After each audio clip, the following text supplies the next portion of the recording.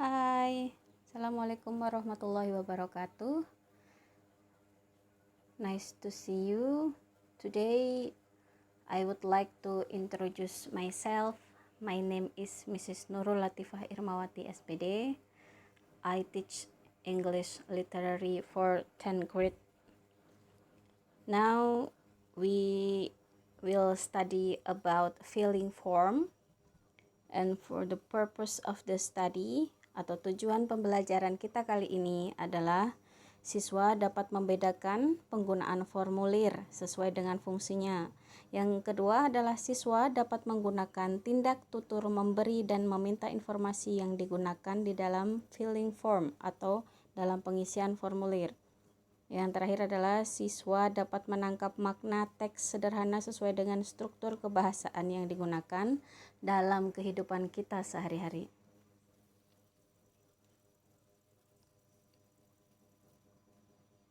Nah, pada awalnya kita belum tahu apa itu form. Form itu apa ya? What is form? Based on Oxford English Dictionary, berdasarkan dari kamus Oxford, form is an official document containing questions and spaces for answers, such as a job application form, an insurance claim form, fill in, complete, and sign the necessary form. Nah, jadi berdasarkan dari kamus Oxford, bahwa form atau formulir itu adalah dokumen yang terdiri dari pertanyaan dan ada kolom untuk menjawab, seperti kolom saat kita mau mendaftar pekerjaan, kita mengisi formulir asuransi atau formulir-formulir yang lain yang diperlukan. Contohnya saja ketika kalian kemarin masuk ke jenjang SMA, otomatis diberikan formulir untuk diisi. Nah, itu adalah termasuk dalam bentuk formulir. Atau bahkan kita kalau pergi ke bank, kita akan memasukkan deposit uang kita, atau ketika kita mau minta formulir penarikan uang, nah itu juga bentuk dari form.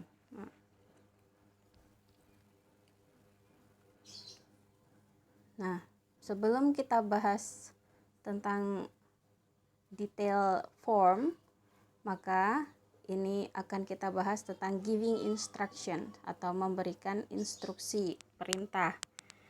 In filling form, there are some instructions that must be obeyed in order to fill the correct data into the correct column.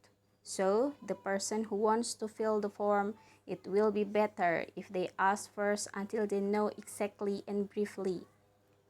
Students should pay attention to the important information such as personal identities, name, and signature.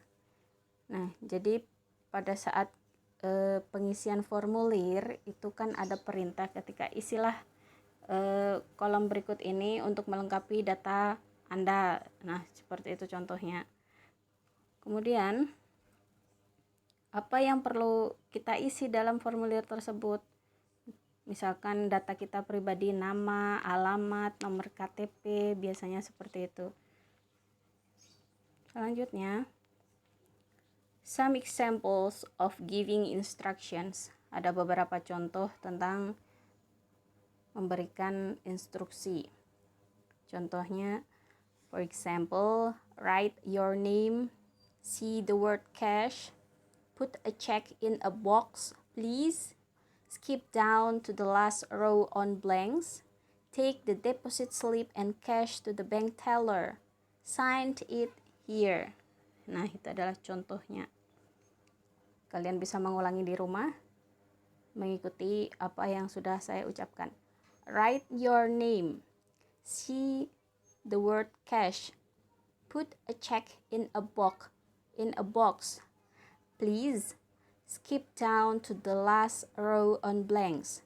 Take the deposit slip and cash to the bank teller. Sign it here. Nah, please give attention of the dialogue below. Perhatikan Ada sebuah dialog yang akan disampaikan berikut ini adalah contoh pada saat kita bertanya kepada teman bahwa dia tahu bagaimana cara mengisi formulir ini. Saya masih bingung. Nah, kira-kira seperti itu. Nah, ini adalah termasuk dalam percakapan transaksional sehari-hari. Mandy, how do I deposit some money? Brittany, well, you need to obtain an official bank withdrawal slip at your bank branch.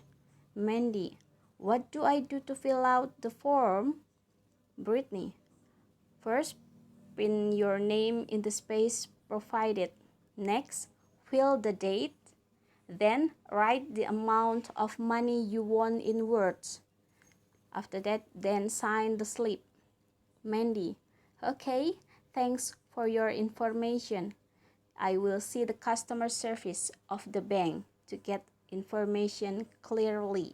Nah, itu adalah salah satu contoh dari memberikan atau meminta informasi bagaimana cara mengisi sebuah formulir di bank. Selanjutnya, keterangannya adalah from the dialogue above, the bold and underlined sentences are some example of giving instructions. So you will not confuse to fill some form if you obey the instruction as in the form. Nah, jadi ketika kita sudah memahami apa yang sudah diinstruksikan dalam formulir tersebut, maka kita apabila mengikuti urutan-urutannya, maka kita tidak akan merasa bingung. Selanjutnya, identifying the form. Look at the pictures below.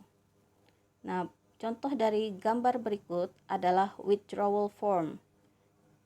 Adalah contoh kita mau penarikan uang di bank.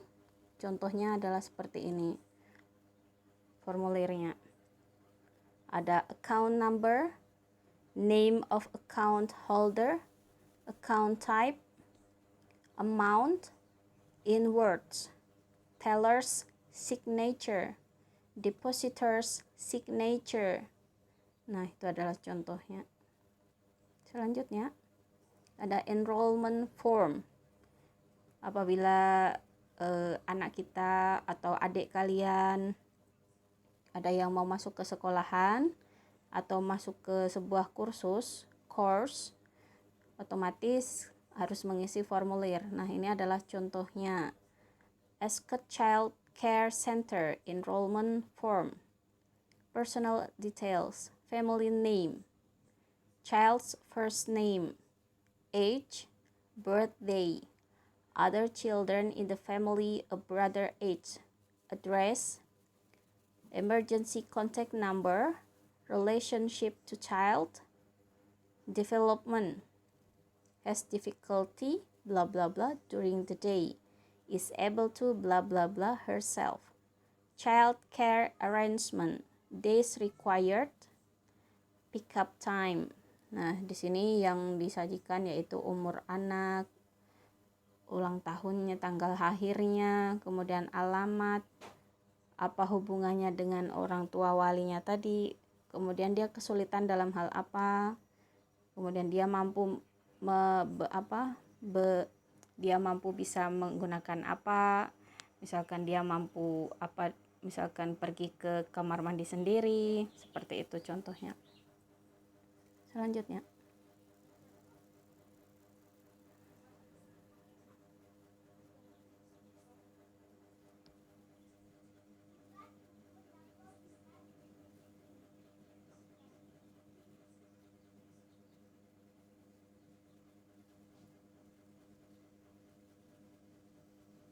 deposit slip form.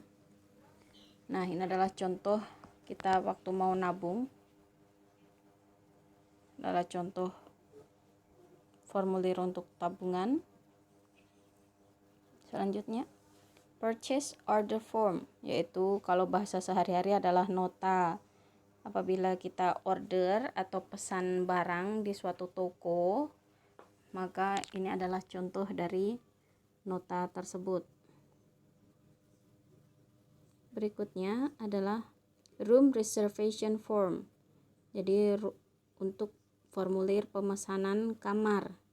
Misalkan kita ingin pesan kamar di hotel, mau booking ketika kita mau perjalanan jauh, ingin menginap di sebuah hotel, saat kita datang kita bisa mengisi formulir tersebut. Berikutnya,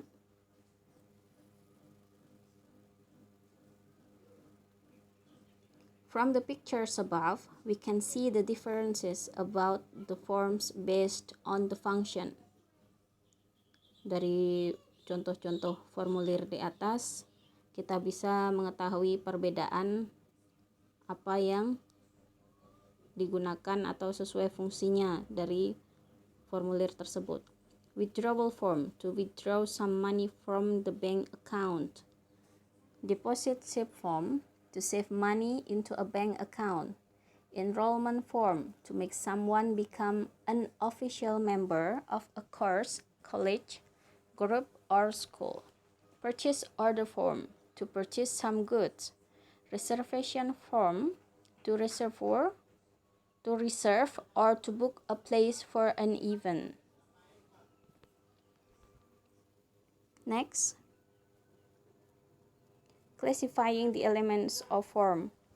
Ada klasifikasi bagian-bagian dari formulir. Contohnya di sini ada the elements of a deposit form are date, account number, name of account holder, account type, amount of money, depositor signature, teller signature. Berikutnya ada the elements of registrations form are full name of the participants, place and date of birth, address, phone number, school or grade. Next, and the characteristic of form. Ciri-ciri dari formulir adalah ada beberapa yang kita sajikan di sini. Less to write. People only write what is instructed in the space provided. Generally, space is limited. Second, clear instructions about information to be supplied. Uniformity. For a special purpose, each person will fill in a similar form. Information can be re-examined later. Usually, we can find a space for one signature in a form. It is important to evaluate the accuracy of the information provided. Simpler tasks. Form enable people to collect and distribute data easily. Okay, this is for the last explanation for the last material. Part 1 pada kompetensi dasar 3.1 dan 4.1 pembahasan tentang filling form. Oke, insya Allah untuk pembahasan berikutnya kita akan membahas materi baru. Maka di sini kurang lebihnya I want to say thanks and maybe any mistakes. I'm so sorry, and so see you next time. Thanks for your attention. Assalamualaikum warahmatullahi wabarakatuh.